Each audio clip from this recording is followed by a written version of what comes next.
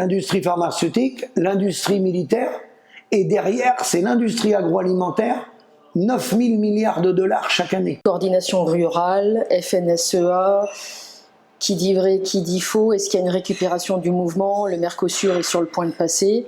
Est-ce que vous pouvez nous en dire plus de votre point de vue? Alors oui, alors déjà le Mercosur n'a rien à voir avec la crise agricole, puisque la crise agricole, elle est là depuis très longtemps. Oui. Bien avant le Mercosur et bien avant les abattages des animaux, l'abattage qui est atroce par rapport à la dermatose, c'est une mauvaise gestion du gouvernement, puisque ça mérite pas du tout l'abattage total. Et l'abattage total, on en a eu par le passé, hein, avec d'autres maladies, hein, tuberculose, bruxellose et la vache folle. Donc là, c'est un épisode sanitaire très mal géré par le gouvernement. Mais bien sûr, ça n'a rien à voir avec la crise agricole, parce qu'il y a 400 000 agriculteurs à peu près encore en France, et il n'y en a pas 400 000 qui ont des bovins et qui sont touchés, heureusement. Donc ça n'a rien à voir.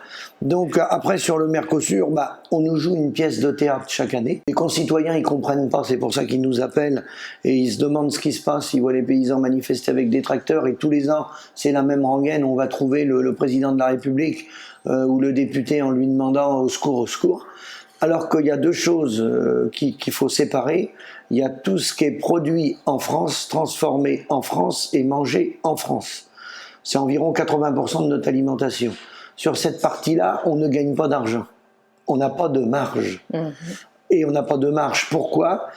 Tout simplement parce qu'on ne maîtrise pas nos prix agricoles. Les prix, la facture, elle est rédigée par l'acheteur, par l'industrie agroalimentaire, par la coopérative, par le privé.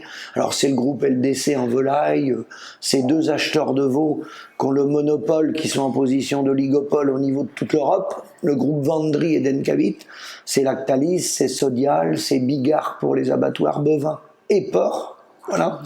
Donc ces gens-là gèrent la facture aux paysans, c'est-à-dire qu'on ne contrôle pas nos prix, c'est eux qui nous donnent ce qu'ils ont envie de nous donner. Ils ont le pouvoir. Ils ont le pouvoir absolu. C'est non négociable. Non, les prix, la gestion des volumes, les importations, les exportations et les vides sanitaires pour ceux qui ont du hors-sol.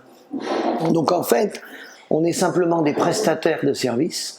On est des porte-seaux, on porte des seaux et on donne à manger à nos animaux, mais on est tout sauf des patrons. Donc la base déjà, elle est là.